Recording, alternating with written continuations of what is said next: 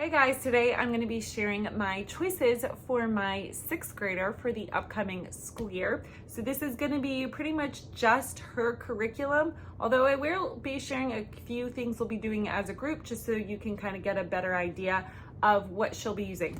So first we are going to be using as a math kind of supplement, kind of extra math practice, Math Minutes. This is 100 minutes to better basic skills. So there is just 100 pages of just extra math facts. It's about 10. Yes, it's 10 per day. They have the answer key in the back, so she will use this a couple times a week. She can check her answers, and it's just to give a little bit of extra math practice. She is going to be using IEW, ancient history based writing lessons. You guys, IEW, when I have been researching curriculum for middle school for my 6th and 8th graders these past couple months, I feel like 8 or 9 out of 10 videos, they're using IEW and or Fix It Grammar. And so that is not why I chose it, but it is a very popular, very successful program. The reason we are choosing it is because for next year, our homeschool co-op, we will be participating in the writing class along with it. And for her grade level, they are using IEW, the ancient history-based writing lesson. So we have no experience with IEW. I will let you know how it goes. I'm going to be a newbie at this as well, but she's excited. She wanted to do something a little bit different, and so they're all excited to try the writing courses at co-op, and I am too. So this is what she will be using for her writing. We have Fix It Grammar. Now, Fix It Grammar is the grammar kind of supplement, kind of corresponds with IEW. It has a lot of the same wording, and so if you're familiar with one, it'll make sense to do the other. This is just you writing one sentence a day. You're kind of correcting the grammar, so to speak. So they will have one vocabulary word and then 3, like a bunch of things that you're looking for in the sentence, like find one noun, find one article, find 3 adjectives, 4 prepositions, whatever the case may be. And then fix it with like a comma, an exclamation point, and a capitalization. And then you rewrite the correct sentence. And so this, you're writing a whole book essentially. So this one is Town Mouse and Country Mouse. I'm starting her on level 2. I believe there's 6 levels. So level 1 and 2 is technically aimed for grades 3 to 5, but level 3 and 4 is aimed for grades 6 to 8. And then level 5 and 6 is aimed for grades 9 through 12. So it's not like I'm starting her on a 2nd grade level, if that makes sense. Like she's not in 6th grade doing 2nd grade level work. And then to go along with that is I got sentence diagramming beginning. This is Critical Thinking Company. Now this is grades 3 to 12. She has diagrammed sentences before, but there's only 3 levels of this. And so I just figured start from the beginning, and it does work its way up to more and more difficult sentences that they are diagramming. I just figured this would go well along with the Fix It Grammar, because Fix It Grammar doesn't have any diagramming. And I really love everything we've used from the Critical Thinking Company, which hasn't been too much, but everything we've used we really like. So I added that to it. Vocabulary, she is doing 240 vocabulary words kids need to know. This is grade 6. She was doing Wordly Wise, and I don't know, I could make her, like force her to keep going with the next level, but she just really wanted to try something different. So this is the year of everything is new. If you have seen her over the past couple years, and especially last year in 5th grade, everything is completely different than what we've using, except for 1 or 2 things. And so this is no exception. She wanted to try something different. So I found a couple of the courses and then she chose. So this is going to have vocabulary words, different exercises, and there's going to be, how many lessons are here? 24 lessons here. So she wanted to do this one, so we'll try this one. I'll let you guys know how it goes.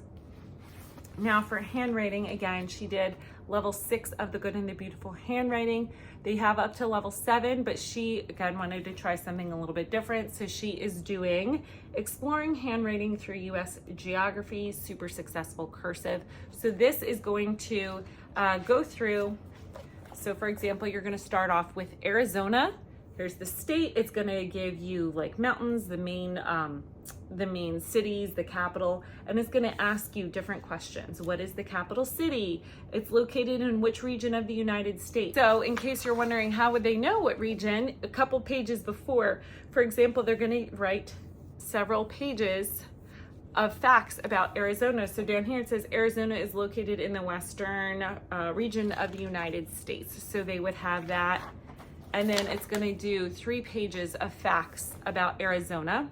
And then they're going to end it with what it looks like in the geography part of it. So it's going to go through all 50 states just like that. It's going to give a couple facts, a couple pages of facts, and then they're going to see the state and then answer questions geographically related to what the state, to information on the state. So this is Arkansas. Okay, and then next we have science. We will also be doing this at co-op.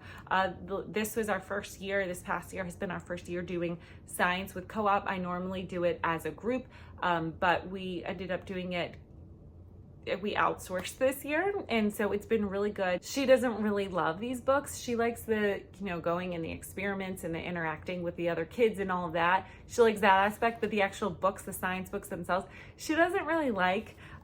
So I know it stinks. It is what it is that you don't always get to choose. That's the, there's some downsides of that, and you don't always get to choose which curriculum you're going to want. So she's doing God's design. And so this year she's not looking forward to this, doing machines and motion and heat and energy, but she's going to try to make the best of it because that's her option. Next, she's going to have the fallacy detective. I did this a couple years ago with my oldest daughter, and my younger one, she kind of joined in and listened. So I'm not sure if I'm just going to do this specifically with her. She's my middle daughter, my 6th grader, and then have my 4th grader listen in, which she'll want to do. I don't know. We're gonna see how that pans out, but we're doing this. This is just detecting fallacies. It's 35 different lessons. It's a great introduction to logic, and she can't wait to get this one started. She's really excited. We did the Thinking Toolbox, which is a corresponding book to this. So she is excited to get this one. I can't believe I forgot about math. It's because it's not physically here in front of me, and so I forget. For math, she is going to be continuing with level 6 of teaching textbooks. It's online, and so it does the lesson online. It does the practice problems online, the questions online, and it tells you the answer. It tells you how to get the answer. If you have any questions, if you're not sure, it will give you a hint.